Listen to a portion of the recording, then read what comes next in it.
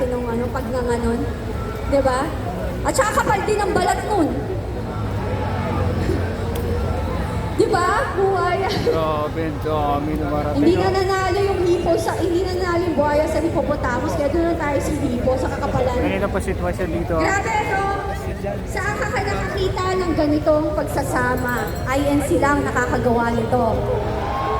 Ito na naman, ang mainstream media, nakaka-nuknuka, sinungaling.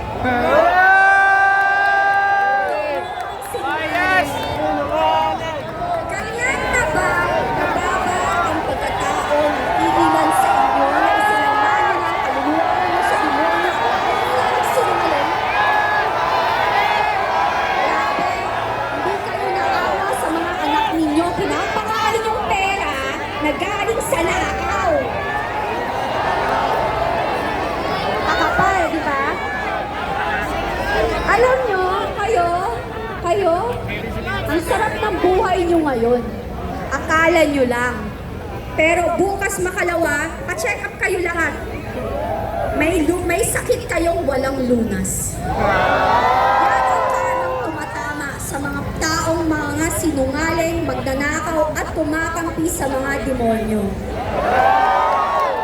Hindi ako INC, pero mukhang malapit na talaga. Malapit na. Tatapusin lang ho natin itong laban na to.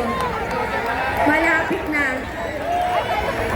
Naging protestante na ako. Born again Christian ako. Born Catholic ako. Pero eto, very inspiring.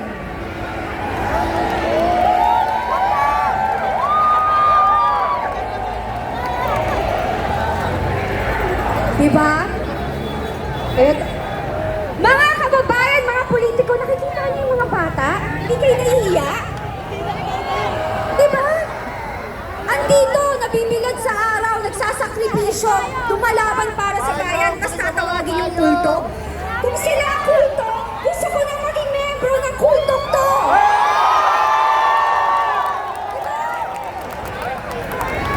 Kulto kayo ng kulto, pero kayo kulto at kulto. Ayan, masasabi ako. Bakit sila? Sandali lang po. Ba't sila kulto? Diba? Sumisip-sip ng dugo, nanguubos. O diba? Yan ang ginagawa nila sa kaba ng bayan. Bayang na pula! Pakialis! Suhol. Grabe! Alam mo, ang daming magiging leader ng Iglesia ni Cristo na tunay na ipaglalaban ang mamamayang Pilipino. Diba? Ang gagwapo ba? Kaya kayo dyan na naninira sa Iglesia ni Cristo, inggit-pikit lang kayo. Inggit kayo. Hindi nyo kasi kayang gawin to na tunay na sama-sama. At saka kayo, yung mga naninira sa inyo, yung mga sandamakmak na page sa Facebook, at saka mga troll, nakalista kayo, ipapatawag namin kayo lahat, di namin kayo papatawarin. Hindi pwede. Sobra na kayo. Sabi nga na sa Bible, di ba? Di ba meron tayong mga anghel na kapag nakakita ng demonyo, hindi pinapatawad, kinikitil agad at inuubos. Ganun dapat. So mamili kayo mga politician. Sino kakampihan nyo? Ang Diyos sa langit o ang demonyo dito sa ating lupa?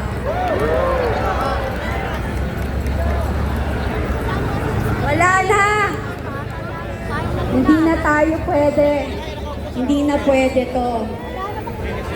I do not forget. Exactly, we don't forget ang mga kalokohan, kasinungalingan, at kahirapang idinulot nila sa mamamayang Pilipino. May bagyong darating na naman. Diba? May bagyong darating na naman.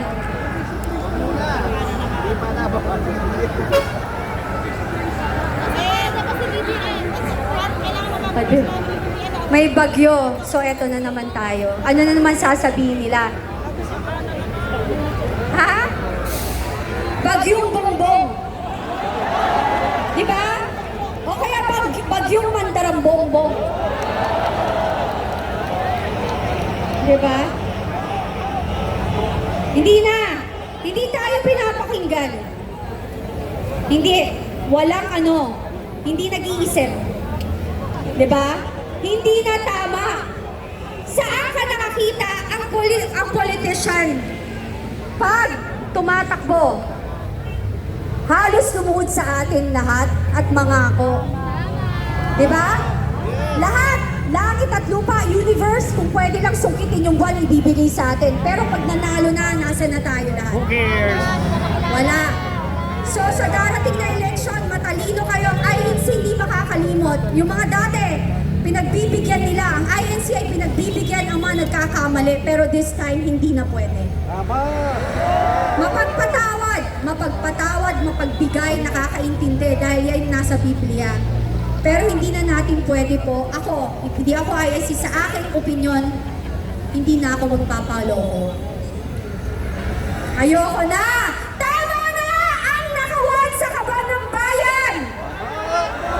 Tigilan na ang matatamis na salita! Tigilan na ang kasinungalingan!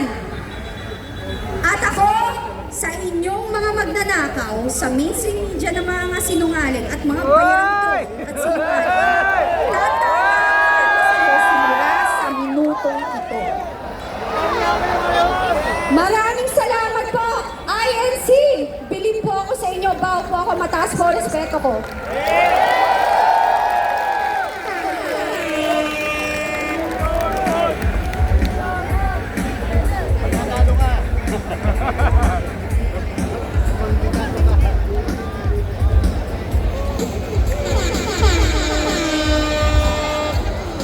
Ayun, ang inyo... Wag masyadong pag lumilitaw ako, okay lang. Ang inyo pong napakinggan ay sariling saloobin ng ating pong panagin, si Ms. Catalina. Palakpakan po natin siya.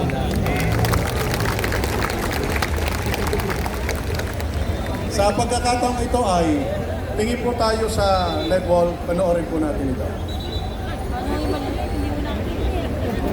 Mga kababayan, mga kasama at mga kapwa Pilipino, nandito tayo ngayon hindi para sa isang tao lamang. Nandito tayo dahil ang institusyong tinatawag nating pamahalaan ay unti-unti nang nawawalan ng moral na pundasyon. Ang nakikita natin ngayon sa ating bansa ay hindi na pagpapatupad ng batas, kundi tila sabwatan. Si Senador Rodante Marcoleta ay pilit na kinakasuhan ng plunder. Ang plunder ay isang sistematikong paglimas sa pondo ng bayan. Gaya ng bilyon-bilyong kinuha sa DPWH para sa mga maanomalyang proyekto. Hindi plunder ang pagtanggap ng donasyon para sa kampanya mula sa mga pribadong individual na una nang inabsuelto at napatunayang legal ng COMELEC. Bakit pinapatawan ng parusa ang naglantad ng krimen habang malaya ang mga totoong magnanakaw? Napakalinaw ng sagot, mga kababayan. Kinakasuhan nila si Senador Marcoleta hindi dahil sa ginawa niya. Kinakasuhan nila siya dahil sa alam niya. Takot na takot sila na patuloy niyang igiit ang matagal nang hinihintay na pagdinig sa karumal-dumal na flood control scandal, kung saan mahigit 1 trilyong piso ng pondo ng bayan ang mahiwagang nawawala. Ang magiging pag-aresto sa kanya ay isang masamang paraan upang paralisahin ang kanyang kakayahang magsalita sa Senado at tuluyang ibaon ang katotohanan. Gusto nilang gamitin ang kapangyarihan ng Estado bilang pantakot o maghasik ng takot sa lipunan. Ngunit, nagkakamali sila. Ang pagtitipon natin ito upang isulong ang transparency, accountability at justice ay pagpapakita ng paninindigan. Hindi ito kailanman sedisyon, bagkus ay pagpapakita ng demokrasya upang ilantad ang kasamaan ng mga kawatan. Kung ang isang mambabatas na nagtatanggol sa batas ay kayang gawan ng imbentong kaso ng gobyerno upang ipakulong, wala ng sino mang ordinaryong Pilipino ang ligtas sa ilalim ng sistemang ito. Ang selective justice ay tahasang kawalan ng katarungan, at kapag ang Estado ay naging taga-usig sa halip na tagapagtanggol, ay patay na ang demokrasya. Dapat maalaala ng mga tiwaling opisyal na ang inyong posisyon ay hiram lamang mula sa mga naghihirap na taong bayan na inyong ninanakawan. Sa tulong at katarungan ng Panginoon Diyos, ang katotohanan ay mananaig. Ang mga huwad na naratibo ay mabibigo at malalantad ang kasamaan. Isigaw natin lahat, sabay-sabay, isigaw po natin, hustisya para sa taong bayan. Hustisya para sa taong bayan. Hustisya para sa taong bayan. Panagutin ang mga tunay na kurakot. Panagutin ang mga tunay na kurakot. Maraming salamat po.